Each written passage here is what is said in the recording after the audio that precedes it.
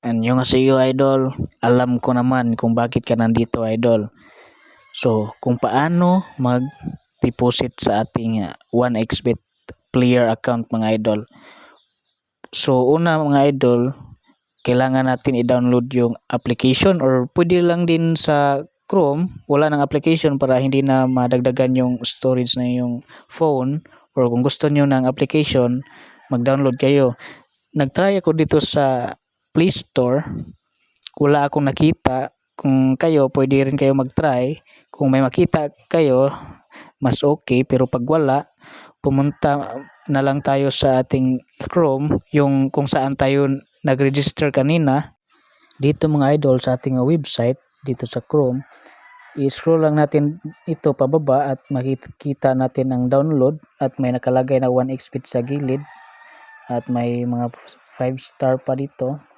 I-click lang natin tong download mga idol. Yan. Pag download dyan, downloading at saka i-install mo na lang sa inyong phone. Pagkatapos, meron na tayong application. Open our application, then click menu and makikita natin to sa upper right na may nakalagay na deposit. Pwedeng i-click yun, pwede rin sa may settings icon at pagka-click makikita mo ang top up account, withdraw and others.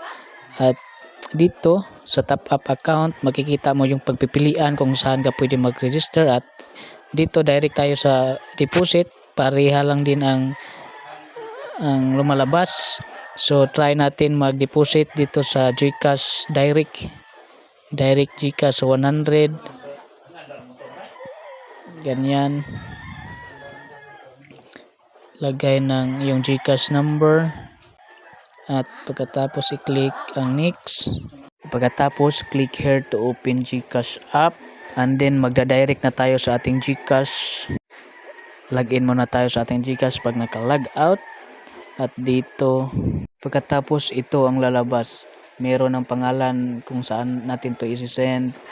Next mo lang at check I confirm that the details are correct. Send 100 pesos at balik tayo sa ating 1xBet account ID pa pala.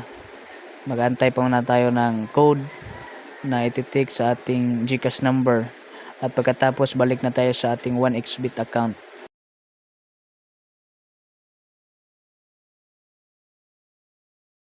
At dito mga idol, i-refresh lang natin to, i-click natin tong parang arrow sa upper right corner para malaman natin kung na-deposit na ba yung pira natin. Pag may check na mga idol, tingnan natin kung na-deposit ba talaga mga idol. Back muna natin at tingnan natin yung ating balance dito. May 100 pesos na tayo. Kamsahamnida.